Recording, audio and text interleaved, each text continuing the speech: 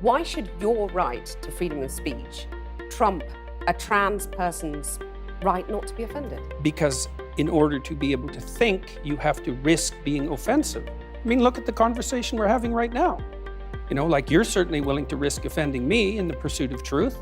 Why should you have the right to do that? It's been rather uncomfortable.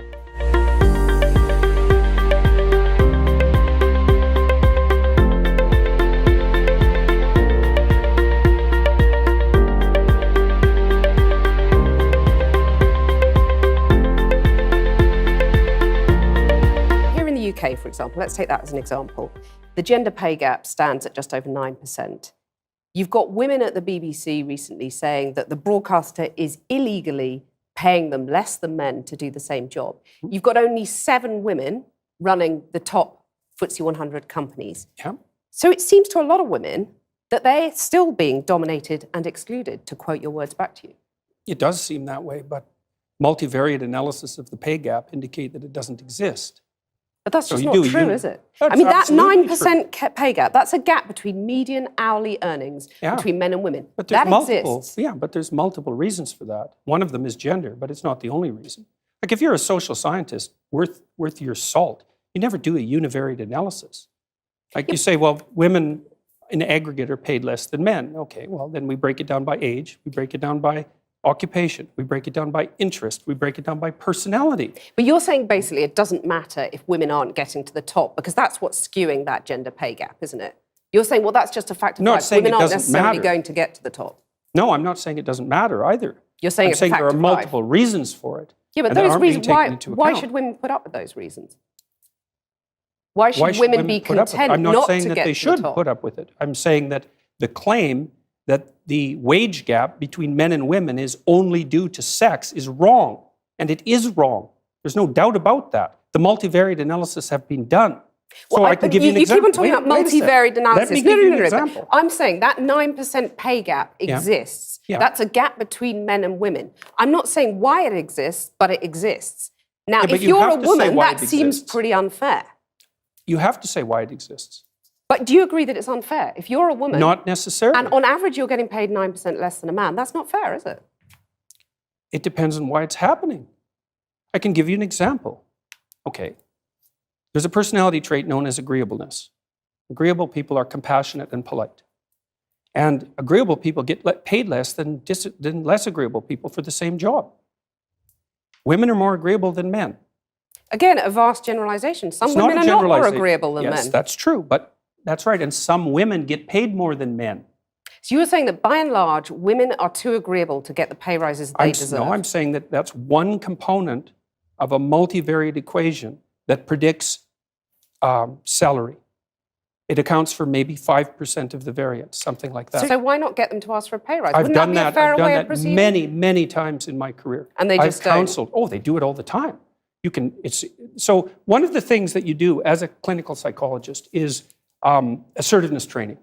So you might say, often you treat people for anxiety, you treat them for depression, and maybe the next most common category after that would be assertiveness training. And so I've had many women, extraordinarily competent women in my clinical and consulting practice, and we put together strategies for their career development that involve continual pushing, competing for higher wages, and often tripled their wages within a 5-year period. Teaching them how to negotiate. Of course. So do you agree that you would be happy if that pay gap was eliminated completely? Because that's all the radical feminists are saying. It would depend on how it was eradicated and how the disappearance of it was measured.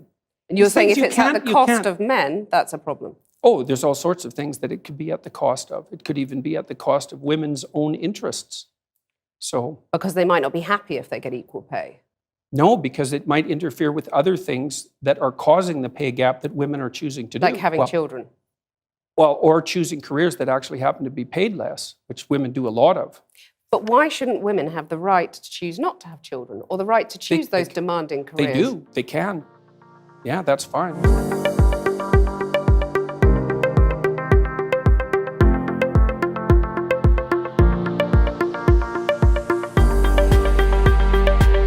So the simple question is, do you believe in equal pay? Well, I made the argument there. It's like it depends on So who you don't defines believe it. in equal pay? No, I'm not saying that at all. Because a lot of people listening to you will just say, I mean, are we going back to the dark That's ages because they're actually here? not listening. They're I'm just listening very projecting carefully, what and they I'm think. hearing you basically saying women need to just accept they're never going to make it on equal terms, equal outcomes is how you defined it. No, I didn't If say I was that. a young said that woman equal- watching that, I would go, well, I might as well just go and play with my Cindy dolls and give didn't up say trying that. at school because I'm not going to get the top job I want because said there's that someone sitting there saying it's not possible and it's not desirable, it's going to make you miserable. Desirable. That's what I said. It's a Yeah, bad not social desirable. goal. I didn't say that women shouldn't be striving for the top or anything like that, because I don't believe that for a second. Striving for the top, but you're going to put all those hurdles in their way, as has been in their way for centuries, and that's fine. You're saying that's fine. No, I really The think patriarchal system I really is think just that's fine. silly. I do. I think that's silly. I really do. I mean, look at your situation. You're hardly unsuccessful. Yeah, and I have How do battled you quite manage hard it? to get where I've got Exactly. to. Good So for that's you. okay. Battling is good. This is all It's about the fight. inevitable. But you talk about men fighting. I mean, let me just put another thing to you from the book. Why You're wouldn't saying you have to real. battle for a high-quality position? Well, I notice in your book you talk about real conversations between men containing, quote, an underlying threat of physicality. Oh, there's no doubt about that. What about real conversations between women? Is that something, or are we sort of too amenable and reasonable? No, it's just that the domain of physical conflict is sort of off limits for you. And Well, you it's just said rather that I unfortunate. fought to get where I've got. Yeah, but What does that make me? well, a sort of proxy man or I something? don't imagine that you've. Yeah, to some degree, I suspect you're not very agreeable. So that's the thing. Successful women, I'm not very agreeable. Right. But I've noticed that successful- actually in this conversation. At least and we I'm can have sure a it joke about served your career well. Successful women, though, basically have to wear the trousers, in your view. They have to sort of become men to succeed, is what you're saying. Well, if they're going I've had to fight to succeed, if they're therefore going to I'm an compete honorary against man. men, certainly masculine traits are going to be helpful. I mean, one of the things I do in my counseling practice, for example, when I'm consulting with women who are trying to advance their careers, is to teach them how to negotiate and to be able to say no and to not be easily pushed around and to be formidable. And you need to, if you're going to be successful, you need to be smart, conscientious, and tough. Well, here's a radical idea. Why don't the bosses adopt the male bosses, shall we say, adopt some female traits so that women don't have to fight and get their sharp elbows out for the pay rises? It's just accepted if they're doing the same job, they get the same pay. Well, I would say partly because it's not so easy to determine what constitutes the same job. But that's because, arguably, Yeah. there are still men dominating our industries, our society, and therefore they've dictated the terms for so long that women have to battle to be like the men. No, it's not true. So, for Where's the example, evidence? well, I can give you an example very quickly. So I worked with women who worked in high-powered law firms in Canada for about 15 years, and they were as competent and put together as anybody you would ever meet. And we were trying to figure out how to further their careers. And there was a huge debate in Canadian society at that point that was basically ran along the same lines as your argument, is that if the law firms didn't use these masculine criteria, then perhaps women would do better. But the market sets the damn game. It's like... And the market is dominated by men. No, So it's what I'm not. It's asking not. you- The market is dominated by women. They make 80% of the consumer decisions. That's not the case What? at all. If you're talking 80%. about people who stay at home looking after children, by and large, they are still women. So they're going out doing the shopping. But that is changing. They make all Anyway, the what I want to consumer ask decisions. You, okay, so the what I want to market ask is you- driven by okay. women, not men. Is it not desirable to have some of those female traits you're talking about? I'd say that's a generalization, but you've used the words female traits. Is it not desirable to have some of them at the top of business? I mean, maybe there wouldn't have They been don't predict a success. banking crisis. They if don't that had predict happened. success in the workplace.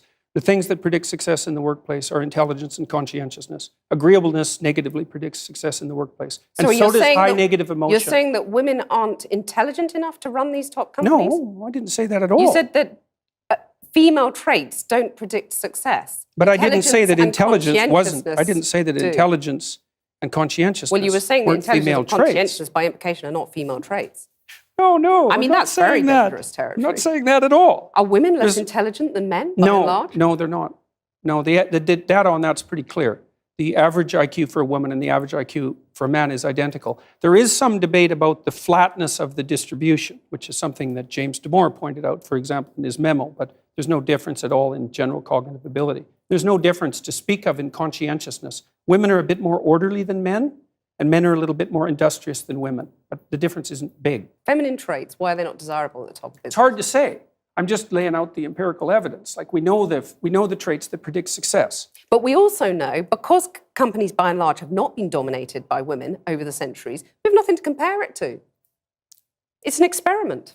True, and it could be the case that if companies modified their behavior and became more feminine, that they would be successful. But there's no evidence for it. I'm neither doubtful nor non-doubtful. There's no evidence for it. So why not give it a go, as the radical Because the evidence suggests, well, it's fine. If someone wants to start a company and make it more feminine and compassionate, let's say, and caring in its overall orientation towards its workers and towards the marketplace, then that's a perfectly reasonable experiment to run. My point is that there is no evidence that those traits predict success in the workplace.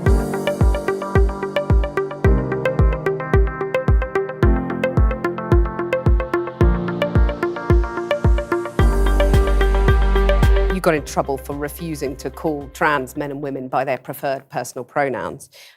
No, that's not actually true. I got in trouble because I said I would not follow the compelled speech dictates of the federal and provincial government. I actually never got in trouble for not calling anyone anything. Right. That didn't happen. You wouldn't follow the change of law, which was designed not to once outlaw it was law. discrimination. No.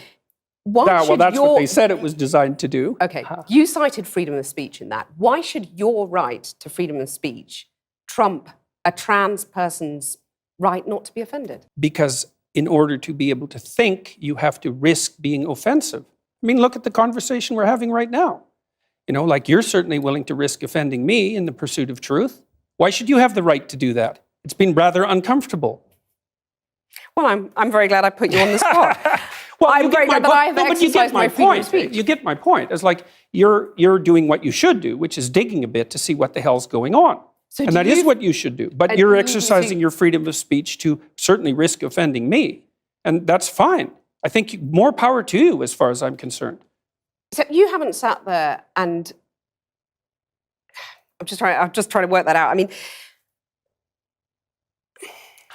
Gotcha. You have got me. I'm trying to work that through in my head. Yeah, it took a while. It did, yeah. It took a while.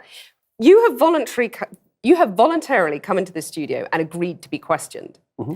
A trans person in your class has come to your class and said they want to be called That's never happened. And I would call them she. So you would. So you've kind of changed your tune on that.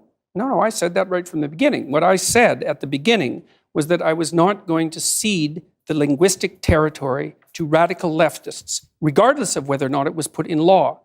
That's what I said. And then the people who came after me said, oh, you must be transphobic and you mistreat a student in your class. It's like, I never mistreated a student in my class. I'm not transphobic, and that isn't what I said. Well, except you've also called trans campaigners authoritarian, haven't you? I mean, isn't that grossly... Well, only in the broader context of my claims that radical leftist ideologues are authoritarian, which they are. You're saying someone who's trying to work out their gender identity, who may well have struggled with that, had quite a tough time over the years. With it, yeah. You're comparing them with, Chairman Mao, who saw the deaths of millions of people. Well, even if the activists, they're trans people too. They have a right to say these things. Yeah, but they don't have a right to speak for their whole community. To compare them to Chairman Mao or... Augusto Pinochet. I mean, this is grossly insensitive. I didn't compare them to Pinochet. Well, I did compare them to He was an authoritarian. He's a right-winger, though. I was comparing them to the left-wing totalitarians. Okay. And I do believe they are left-wing totalitarians. Under Mao, millions of people died. Right. I mean, there's no comparison between Mao and a trans activist, is there? Why not? Because trans activists aren't killing millions of people? The philosophy that's guiding their utterances is the same philosophy. The consequences are... Not yet.